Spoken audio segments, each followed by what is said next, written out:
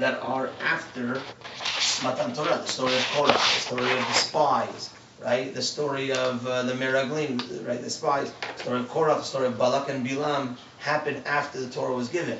So Moshe Rabbeinu got the Torah. Did he get those stories as well, like before it happened? How did that work out? So that's in short what we're getting. That's the topic. So let's begin. Thank you very much, Max. So we sing on Shabbat in Yigdal, right? Torah Moshe Emet Unvuato Baruch Ad Shem Tehilato. Torah Moshe Emet Unvuato. The Torah of Moshe is true, and his nevuah is true, and so Moshe Rabbeinu's the Torah that Moshe Rabbeinu brought us is true. Moshe's nevuah, his prophecy is true. One of the 13 principles, the Rambam has 13 principles that one must believe in. If one doesn't believe in even one of them, he's not part of it. So, and that's what it's formulated into a song in Yigdal, where that was going to be the dead are going to be resurrected, etc. So one of them is that Moshe Rabbeinu wrote the Torah. So that's in there, right? So that's number one. We're just giving like an intro, as we know, that Moshe Rabbeinu wrote the Torah, and then we're going to get into understanding those questions. So that's the Rambam brings that principle. Where is that stated? That is stated in the Torah itself, where it states many times in the Torah that Moshe Rabbeinu wrote the Torah. Yeah, one of them is in Shemot. We're going to be flipping around a little bit because we're proving the Torah, so we're going to be proving from the Pesukim. Shemot Chav Daled, the 24th parak, the 4th pasuk. Vayichtov Moshe et kol divrei Hashem. Vayashkem baboker ben. It says in the Torah, Moshe wrote all the words of God. Right, so that's what it tells us in the Torah. Also, we know from the Haftarah that's said on Simchat Torah that Yehoshua bin Nun, Hashem tells Yehoshua, right, that the Torah that Moshe Rabbeinu received. We know in Malachi, Zichru Torah Moshe. A lot of people in the yeshivot, it's turned into a song. Zichru Torah Moshe. Anyway, so it's a pasuk in Malachi. So the Nevi'im, the prophets in the Torah as well, tells us many times that Moshe Rabbeinu is the one that wrote the Torah.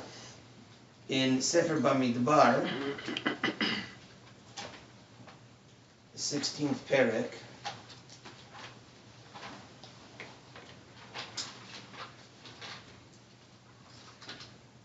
pasuk 28, it tells us, you should know, Moshe Rabbeinu writes, Vayomer Moshe bezot tedun ki Hashem shelachani.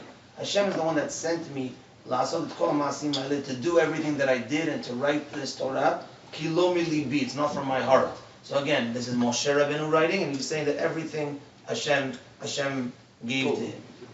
Hashem gave to him. So now, okay, so we see a few proofs in the Torah that Moshe Rabbeinu wrote the Torah, and we have to believe the whole Torah is from Moshe Rabbeinu, etc. So we're going to ask 3 questions, and that's what we're going to be discussing. First question that we already mentioned, many episodes happened after Moshe Rabbeinu received the Torah. Korach, Bilam and Balak, the spies. So what did Moshe bring down when he came down from Har Sinai? Did he have all that with him also? Number 2, this is another question that he didn't come yet, Niso, but the one that wanted this topic. He asked, did the people then know that they're going to be recorded in the Torah? Like if something happened, they asked for man, they asked for food in the desert. Did they know that that's going to be recorded in the Torah, or did they not know? That's a kind of a little bit of a side question, but it has to do with it. And lastly, third question that we're going to discuss is that this question the Gemara discusses. We're going to read the Gemara, but I'm going to read you the 8th last pasuk in the Torah, and I want you guys to let me see if someone could figure out a question that we can ask from here. The 8th last pasuk in the Torah tells us, "Vayamot sham Moshe eved Hashem be'eretz Moab al pi Hashem." And there Moshe, the servant of Hashem, died in the land of Moab al pi Hashem. The way it's translated here is by the mouth of Hashem. Anybody have maybe could think of anything peculiar from this pasuk? And Moshe Rabbeinu passed away. Moshe, the servant of Hashem, passed away in the land of Moab By the mouth of Hashem. The mouth of Hashem. By the mouth of Hashem. Okay, what does that mean? That's a good question. Just understanding that, not the question I'm looking for, but that's a good question in itself. Any other? Not necessarily from this pasuk, but. So who wrote the last picture? Right. That's the question we're looking for. If it tells us that Moshe died, Vayamot Moshe died. So if he died, then who wrote the next pasuk? Yeshua. Right. So maybe we're going to get to that. Good. So who wrote? It writes in the pasuk Moshe died. So how could he write it? And how could he write the next second pasuk? Right. He could predict his death. Or he could write about his death. Sure. Right? Okay, good. So both of you guys talked about what the Gemara says. And we're jumping it a little bit. Very good. Is that he could write it himself. Hashem tells him, look, you're going to die in 5 minutes. Write that you died, and that's it. Well, perhaps only wrote that in Har Sinai. Well, yeah, so we're going to see. Did he write it in Har Sinai? He wrote it later. We're going to get to that also. Or he says maybe Yoshua, his prize student, wrote the last bit. So we'll get into that. So discussing the first question. There were many episodes that happened in the Torah. So how was the Torah given? So the Machloket and the Gemara, Masechet Gitin, Daf Samech Amud Aleph, as follows. Rabbi Yochanan ben Nafcha says that the Torah was given in a series of small scrolls. Meaning, Moshe Rabbeinu went up to Har Sinai. Moshe Rabbeinu went up to Har Sinai, and basically, before we tell you what Moshe Rabbeinu did, one says that the Torah was given in small scrolls, piece by piece, and one says, Rish Lakish says, it was given at the end of, right before Moshe Rabbeinu passed away. That's when Moshe gave the Torah. So it's like, so what happened at Har Sinai? What was going on? So basically, as follows: Moshe Rabbeinu at Har Sinai. Let's read a pasuk that happened at Har Sinai, and then we will get a further understanding. Sefer Shemot, the 24th parak, tells us as follows. 24th parak, the first pasuk.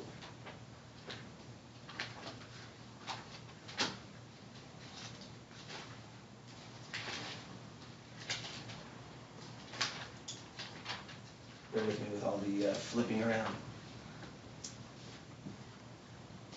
So Moshe Rabbeinu goes up to Har Sinai, and one moment.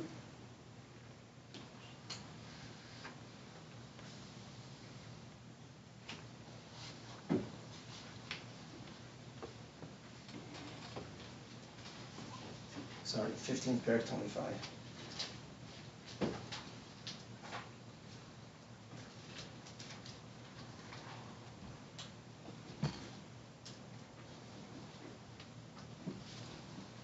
Okay, so here we go. Moshe Rabbeinu goes up to Har Sinai as follows. The Jews leave Egypt. Moshe is taking them out of Egypt, and then right after Az Yashir Moshe in Parashat Beshalach, what happens right after Parashat Beshalach? Right after the story of the song, then they split the sea. They're singing. Then it tells them a story of the city of Marah. They get to a place called Marah. The Jewish nation at the time, they wanted water.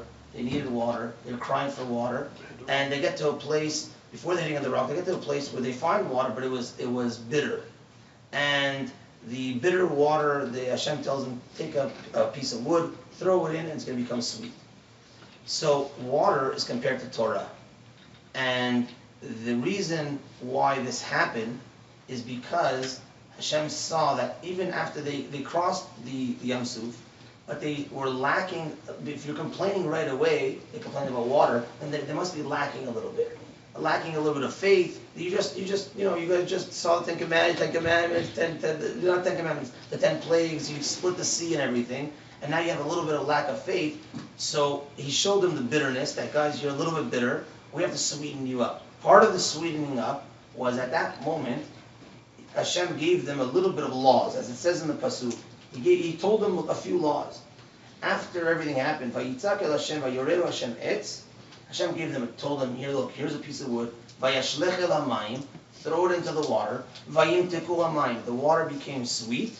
Sham Sam Lo, there Hashem placed for them Chok u'Mishpat v'Sham Nisau. Hashem placed for them their laws, and from there they kept on traveling. So what laws are we talking about? What happened over there? This is before the Torah was given.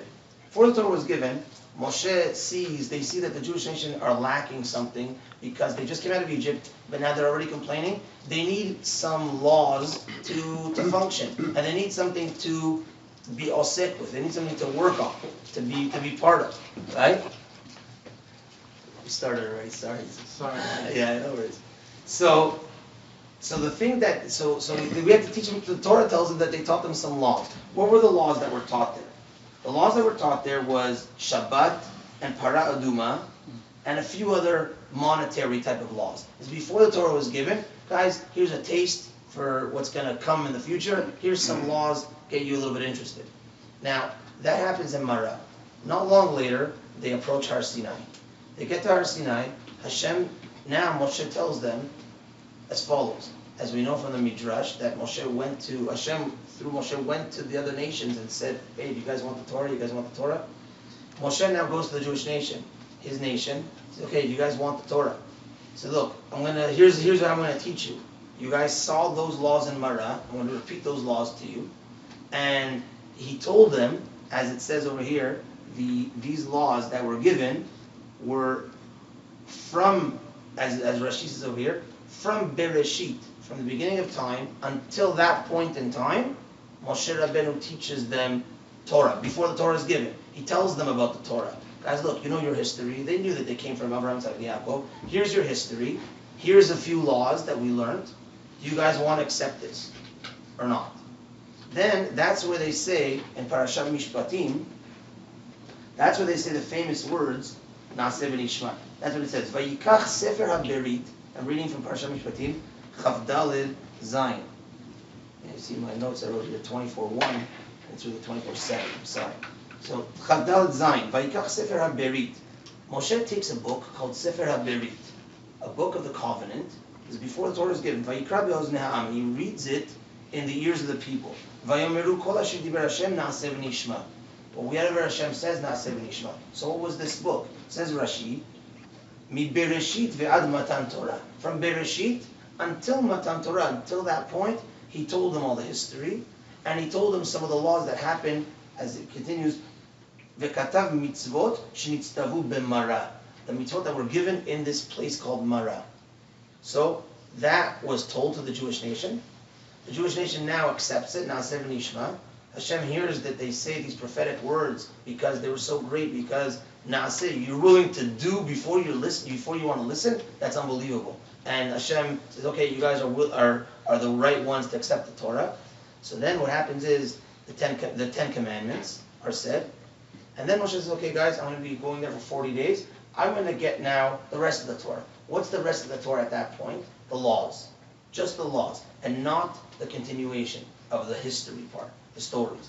So he comes back down with the laws, but then the Jews sin with the golden calf.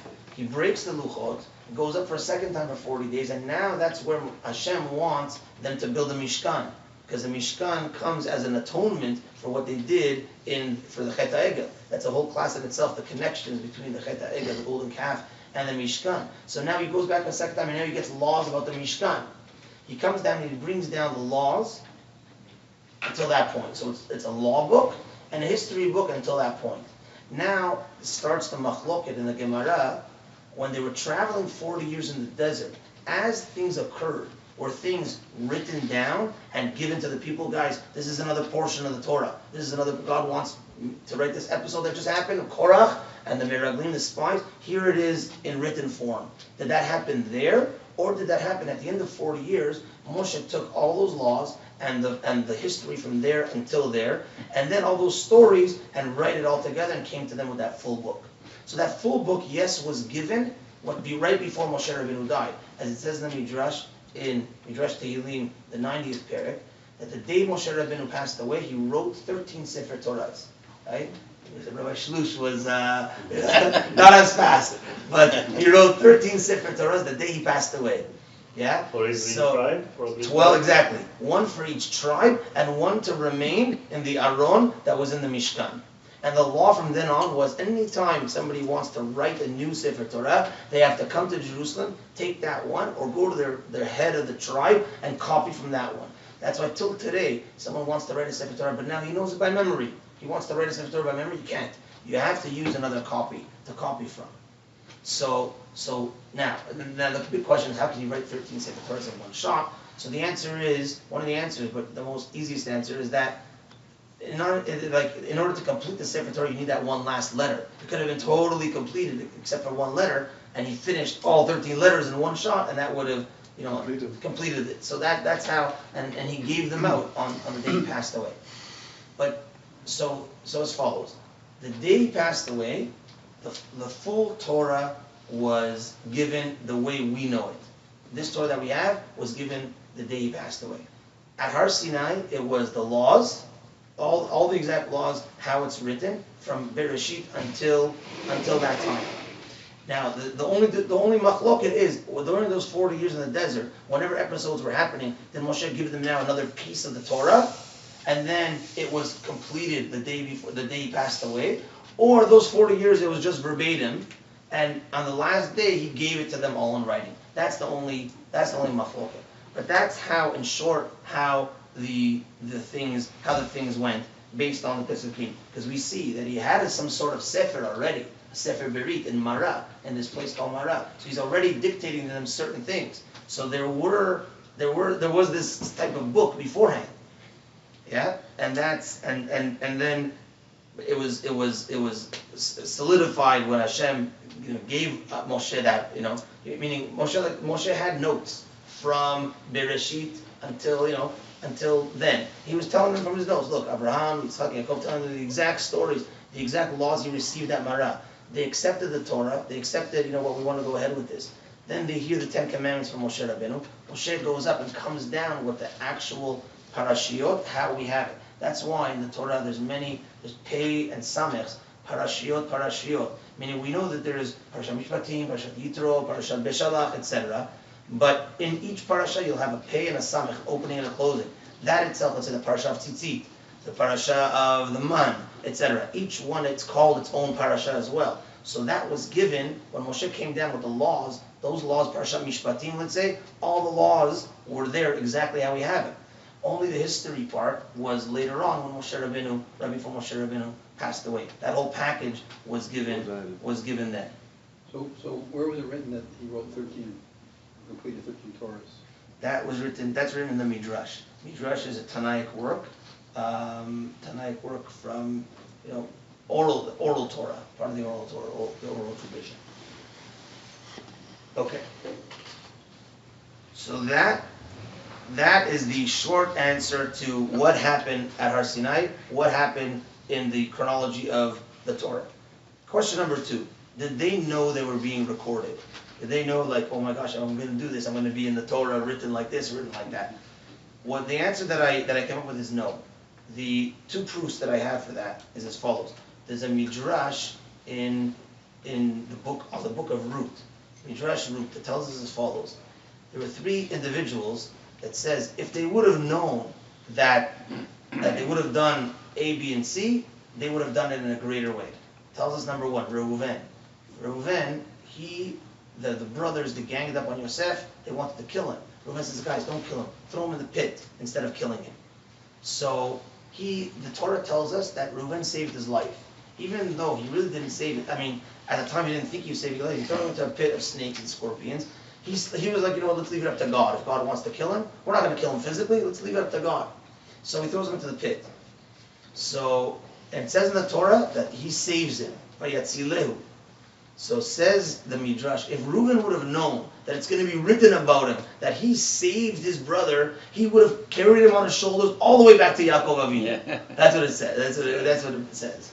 The second person is Boaz. In the story of Boaz and Ruth, Boaz gives food to Ruth, and it's just between him and her. He gives her an abundance of food.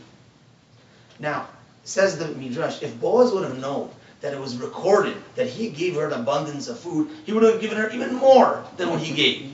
Right? He would have given even more. And the third is Aharon, and my proof is from Aharon. Aharon was the time of the Torah written. Aharon tells us that when Moshe was coming back to the Jewish nation, when he was gone, he got the revelation from the burning bush to go and be the leader. Even though Moshe fought back, I don't want to be the leader. I have my older brother, Aaron. Why should I be the leader? Back and forth, Hashem says, no, I want you. And when he came back to say, I'm the leader, Aaron was very happy for him, 100% happy for him, and he came to greet him as well. The Torah tells us that Aaron came to greet him very happily. It says Aaron, if I would have, like to the Midrash, if Aaron would have known it was written in the Torah that he greeted him so happily, he would have brought an orchestra to greet the Moshe Rabbeinu, even more than what it is. So what I take from over here is that they didn't know they were being recorded. They were doing their normal things, right? And it didn't make sense. Then they wouldn't have acted normally. Why know it's going to be written for generations and generations, right? Probably the only one that knew was Moshe, because Hashem's telling him that, after the Chet HaEgel, Hashem tells Moshe, you know what, Moshe, let's get rid of this nation. This nation, they sinned with the golden calf. We're going to just start again from you. And I'm going to write this book, and you're going to be the leader. And Moshe, as a good leader, says, no, I'm sticking to this nation. Even though they're a bad nation, they're a tough nation, I'm sticking with them. So, but there, Moshe knew that there's going to be recordings here. But not necessarily, I don't think the other ones knew. But as far as the recordings are concerned, Rabbi, the Torah itself mentions the names of people that really made some history or made an impact on the stories, not necessarily about the laws or anything, because those cannot be changed. Right. So if you take whether it's Korah or any other famous figure that is mentioned, the Torah only mentioned specifically certain people that were influential. Influential, but it did not. There were probably other ones, thousands of people that were never mentioned. Yeah, for sure, 100%. And that brings me to that. My next kind of proof is Balak and Bilam. If you go to the parasha Balak and Bilam, where Bilam tries to curse the Jewish nation, right, and everything that comes out of his mouth is just blessings. He tries cursing with everything's blessings. If you go through that parasha, you see that the Jewish nation don't know what's going on. It's only Balak privately hires Bilam. Behind the scenes, he says, look, I want to get rid of this enemy. He hires him, he brings him. The whole story happens without the Jews involved. He says, come to this spot, let's curse him from here, let's curse him from here. They don't know anything about the curses. They probably got the Torah the last day, like, what, this happened? So I couldn't believe it. Moshe Rabbeinu wrote about this, not knowing what's going on? Hashem told him. That was at the end. At the end, Hashem dictated to him. That's what the Rambam specifically says. Don't ever think that Moshe put his own word in there, right? Everything was, maybe he wrote, but Hashem was there telling him, this is what you got to write. The fact that This is what you got to Torah write. accused him of that, or, okay. Right. That's what the happened says to when he quoted, him.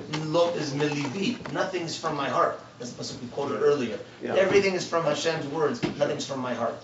Yeah? So that is there. So therefore, they didn't know necessarily they were being recorded and it was going to be inscribed there forever, right? But it was some episode that happened in the story of Balak and Bilam, an episode that happened, behind the scenes. And just a side explanation as to, Reuven, Boaz, and Reuven, Boaz, and Aharon. What did they want? Fame? Like, what's the point of that midrash telling us that if they would have known, they would have done more? Like, if I would have known I'm going to be famous? The answer is because in those three scenarios, they were all unsure if they were doing the right thing. For instance, Reuven, his 10 brothers, his 9 brothers, they want to kill him. He's the only one that says put him in the pit. Maybe I'm doing the wrong thing here. So he didn't do it fully to save his brother and take him home. Maybe I'm doing the wrong thing. Maybe brothers are right. But now that I know it was recorded, I did the right thing, I would have jumped to do it. Boaz, with Ruth, he wasn't sure. There was a little bit doubt there, because we spoke about this in the other class, in the class on Shabbat, that maybe she was not allowed to convert because she was a Moabite lady. Only later on it was proved that a Moabite lady can convert, a Moabite man cannot. So he wasn't 100% sure she was doing the right thing. If he would have known he was doing the right thing, he would have done more. If you would have known that she was going to be the Mother of the Mashiach. mother of the Mashiach, or King David, okay? Right. He would have, Right. This is all somebody, he's going to pay me a lot more than what I gave her. Yeah, exactly. It was in those days, it was easy to convert people. It was easy to convert people in those days. I don't know. He said Root was the start of it. Root, the name Root. Root was the start of it. But we learn all the laws from there because Naomi, the mother-in-law of Ruth, tries pushing her away. So go back to your nation, and she's insisting. That's what we know the concept of a convert. You have to push away a little bit. The bedin, they ask and they make sure that they push them away a little bit, and they have to really want it, and then they come in. All those laws are learned from Ruth and the mother-in-law. The mother-in-law says, go back to your nation. What do you have to come here for? Go back. And we're going to see a little bit more about that point. We'll see that soon. And the last one is Aharon. He didn't know that it's going to be. He was also unsure because he said, maybe I should be the one because I'm the older brother. So therefore, he greeted him fully, but he wasn't sure he was doing the right thing necessarily. But now that he saw it was inscribed later, if he would have known he was doing the right thing, he would have come up with an orchestra. Now, to answer our third question, what happened with the last 8 Pesukim? We said Moshe, it says in the 8th last Pasuk in the Torah, tells us, Vayamot Moshe dies. So hold on a second, did Moshe write that? Or did someone else write that? How could Moshe write that he died? So if he died, then who wrote the next Pesukim? So the Gemara Masechet Bava Batra has a machloket regarding who wrote those last 8 Pesukim. So one side says it was Yehoshua. That means when it says in the Torah that Moshe died, he died right there. And the next 8 Pesukim was Yehoshua. And the other opinion says that it was Moshe, and he wrote it b'dim'ah. He wrote it crying. He was commanded to write it, but he wrote it with tears. He wrote it in tears. Now the truth is over here is that there are 3 explanations what it means. He wrote it in tears. Number one is the Pashut. He wrote it crying. Hashem says, look, after these few words here, your days are over. So he was crying when he was writing that Moshe died. The second explanation says as follows: look, Moshe Rabbeinu is Moshe Rabbeinu. How can you write something that didn't happen yet, and it's kind of like a lie? Like what he wrote, and Moshe died. I'm still alive. Moshe was still alive when he wrote it. So therefore, he wrote it b'dim'ah. The Maharsha explains he wrote it with tears. The ink, he didn't use ink. The ink that he used was tears. So therefore, it wasn't fully ink. It wasn't solidified. It was there. Those last 8 Pesukim were there, but not there fully. It wasn't fully written. And therefore, the other students saw what the next 8 Pesukim were, and they filled it in after Moshe Rabbeinu passed away. That's the second opinion. The third opinion from the Gaon of Vilna says a combination to understand both opinions is as follows.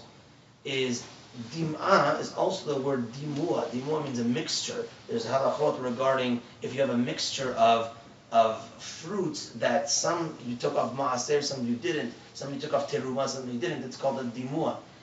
So as follows, Moshe Rabbeinu didn't write it fully that he died. He wrote those Pesukim. It sounds like all those 8 Pesukim all in one word.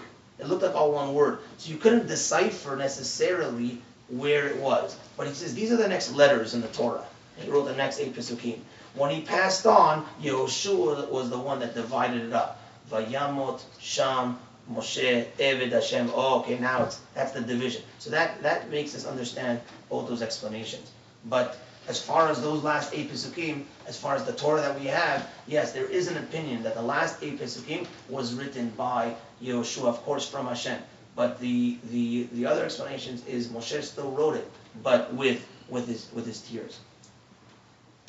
So that concludes the first section of tonight's topic, which is the chronological order of where we got the Torah and the acceptance where we got the Torah that we have till today. The truth is, though, is that question is not, that question in general is not such. It's a good question to know the history, to know but it's not the main question that we need to know, because at the end of the day we have the Torah, we have the book here, it's here, right? So the question is, who wrote it? That's the question we want to know. Meaning, we know, okay, Moshe Rabbeinu wrote it, but is it divine? Is it man-made? That's the big question that every person should try searching for. And when you have those answers, then you realize, hopefully soon, try convincing you that it's divine. Then you say, well, hold on a second. If this is divine, then I got to do what it says in this book, right? So before I start, I want to point you, and I think it's a very, if you have 1 hour in your life left, I think you should listen to this speech. There's a speech by Rabbi Lawrence Kellerman. You go to the website called simpletoremember.com, and you check there for a speech titled "The Rational Approach to the Torah's Divinity." Literally, if you have 1 hour left in your life, I would say listen to the speech. I think they charge you $5. No, they don't. I saw it today. So that's on YouTube also. Simpletoremember.com. A rational approach to the Torah's divinity. Rabbi Lawrence Kellerman. It's an unbelievable speech. Some of his points are going to be here. His story in real short is he was an atheist. He was Jewish, born Jewish atheist. He was in UCLA. He was becoming a professor in Christian something, and his whole point of his whole being in university was to disprove all religions. That was his whole thing. And he disproved all religions. And when he got to Judaism, he says in the speech, he says, I felt that I have nothing to disprove, it's fake anyways, because he was born a Jew. And he's like, what, I'm going to build a scarecrow and knock it down? Nah, it's fake anyways. And then he saw that when he looked into it, he found the truth. And the algorithm he comes up with, I'm just saying the first 5 minutes of his speech, the algorithm he comes up with, and this is the strongest proof of the divinity of the Torah, and then we're going to get into other ones, is the concept of the mass revelation. Every single religion or what's it called, cult, even modern day cults, etc., they have a revelation. There's one guy that has a revelation. And that's basically the thread with all the religions. If you look into it, it always starts with one person. The Torah is different. When it comes to Har Sinai, it tells us in the Torah, we heard it as a nation, 3 million people, 600,000 men, all the women, the children that were there, we all heard Hashem speak to us, those first 2 commandments. So you can't go to somebody and say, here's a Torah, buy it. Look, your grandfather heard Har Sinai. You say, hold on a second, if my grandfather, he would have told me, right? So it can't have been fabricated. Rather, if a guy comes and says, look, I heard God spoke to me, and you have to do this book. So when I say like this, God spoke to me, imagine I had a dream. I say, guys, I want to let you know I'm the Mashiach. So you guys will think I'm crazy, but no one could prove 100% that I'm wrong, because you don't know what happened in my head. You don't know the dream that I had. So because it's one person. One person can make a lie. If I don't tell anybody that I'm lying, I can hold this lie in my heart, and you guys would think I'm crazy, but it's still, maybe it's true, right? Nobody could disprove my lie. But when I say 3 million people heard Hashem, you can't, that's a lie that you could uncover. A lie that you could uncover, and you didn't uncover it, has truth behind it. A lie that you can't uncover, maybe it's not true. Maybe it is true, but maybe it's not true. You can't uncover it, right? So you have one person. That's all the religions. They start with, always goes back to one person. Muhammad, I had a revelation. And hey, where was everybody else? No, only I had this revelation. The Christianity started with Paul. I had a revelation. Where did everybody else come from? Oh, me. And they said the story of the Mormons.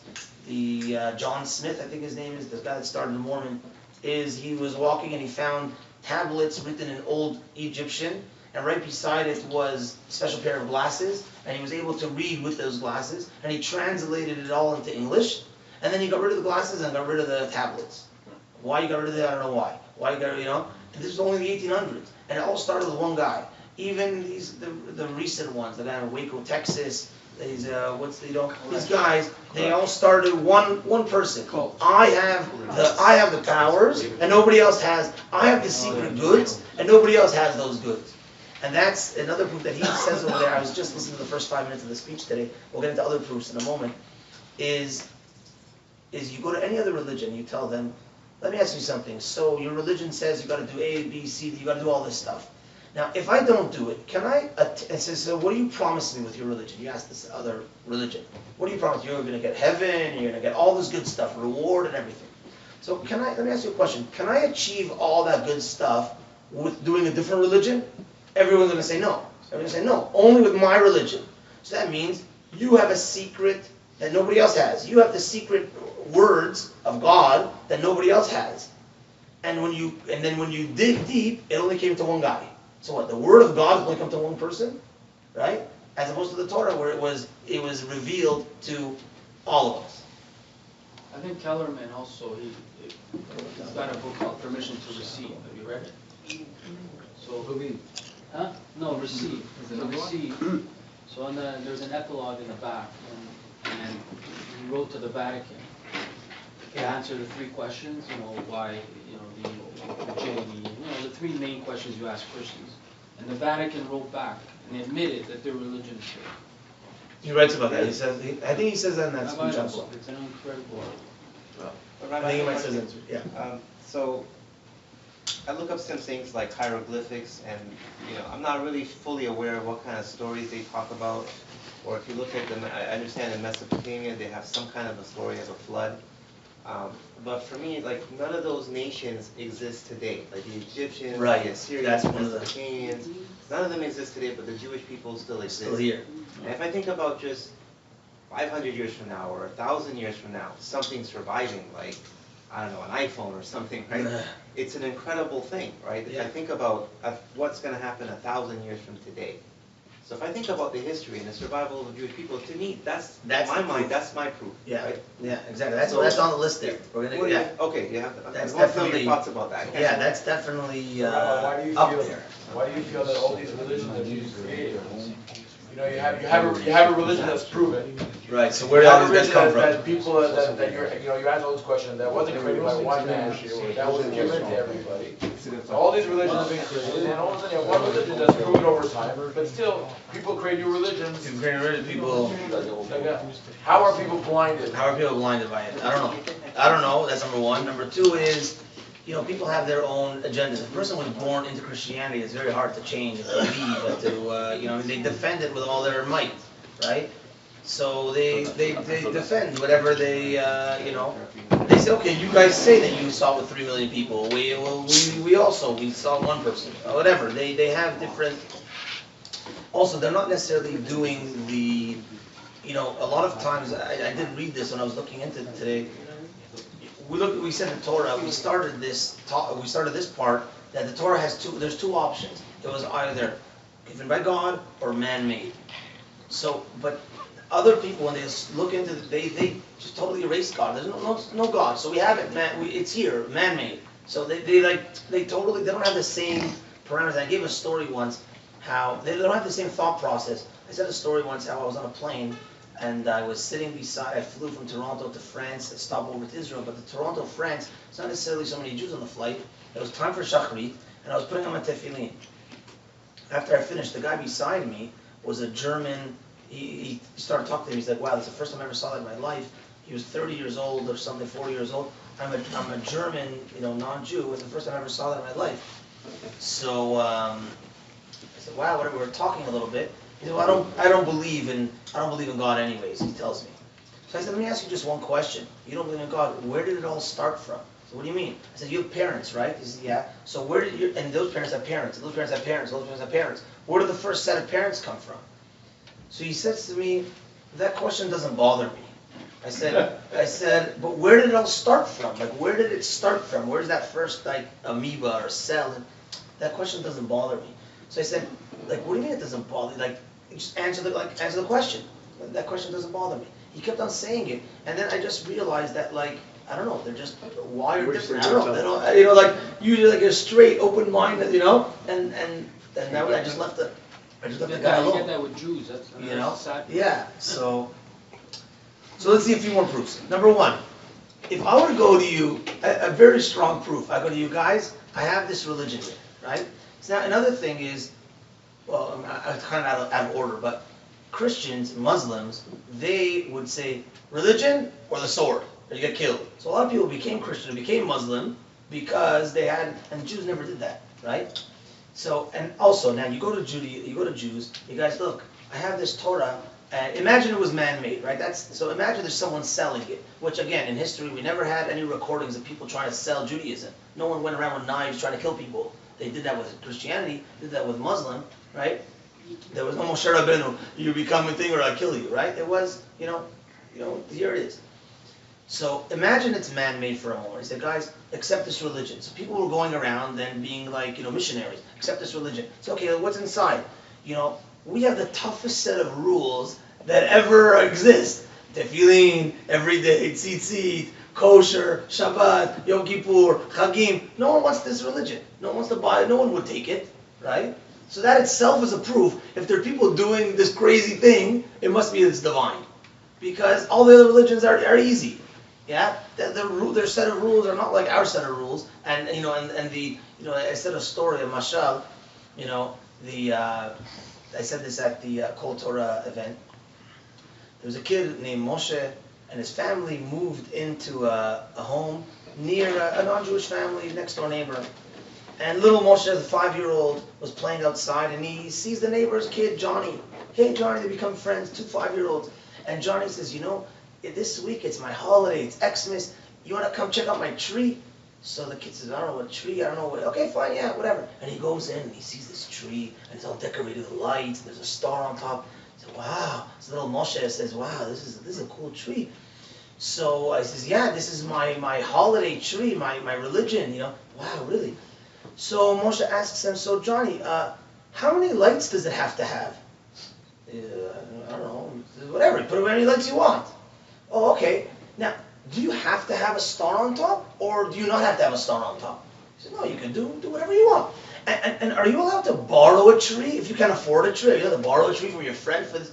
No, I don't know, just whatever, right? And what if the lights go out? Does it have to be on for a certain amount of time? And he's asking all these rules, and there's no rules. There's no rules in our religion. Plastic? Huh? Does it have to be plastic or fresh? When did you have to cut it? Can you use last year's? Can you use this year? Right? So in the Torah, we have 100 rules for everything. No, you can't use last year's. If the menorah went out, you have to light it again. You have to say, no, don't say a bracha. Yes, say a bracha. This, that. You say, you know what? This is man-made. You say, please, leave me alone, and I'll see you later. The only reason why we have this is it must be because it was divine. It must be that we accepted it, that is a divine command. Next, number 2, I have over here. The Torah predicts. You trust me on the Pesukim, Devarim, Perek Zayin, Pasuk Zayin, that we're going to be the smallest of nations. Now, you can't make, if a person's man-made written, you can't make predictions like that. How do you know? Maybe they're going to be extinct. Maybe they're going to be the biggest, we're going to become Chinese. Especially if we existed all that time ago.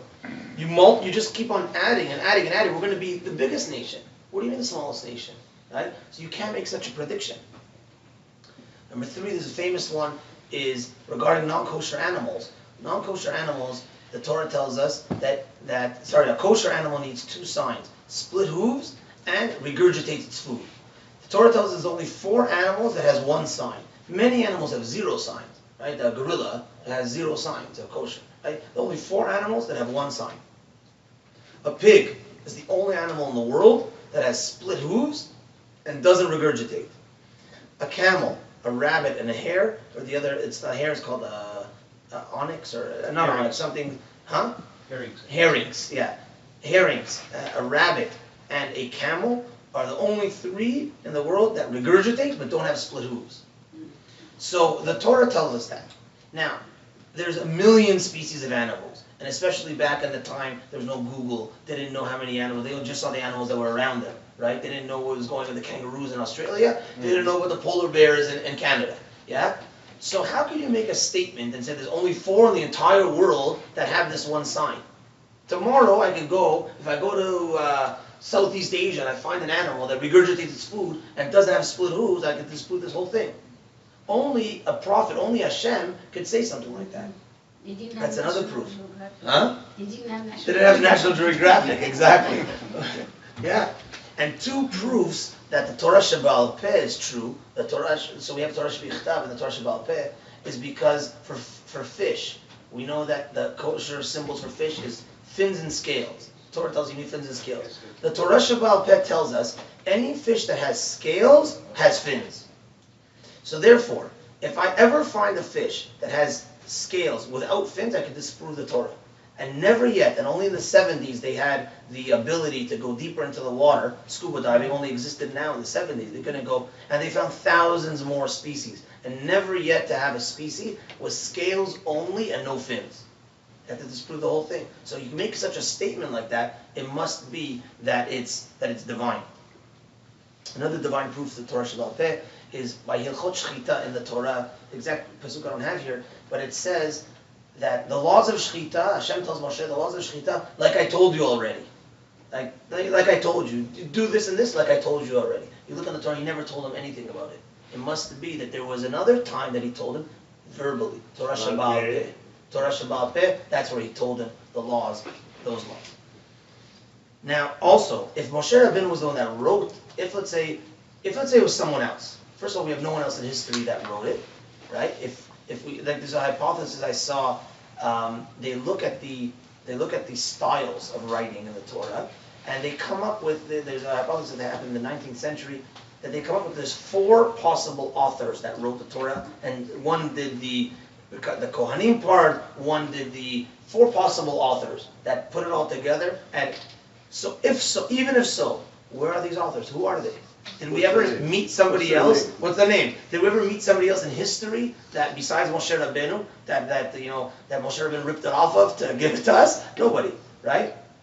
Now, if Moshe Rabbeinu, let's say, was the one that wrote it, how could he write about his birth? How do you know what happened? How can you write about his death? And again, you're proving to people, you're showing people, okay, so you can write a story about, you can imagine a birth and the story of the Nile and all that stuff.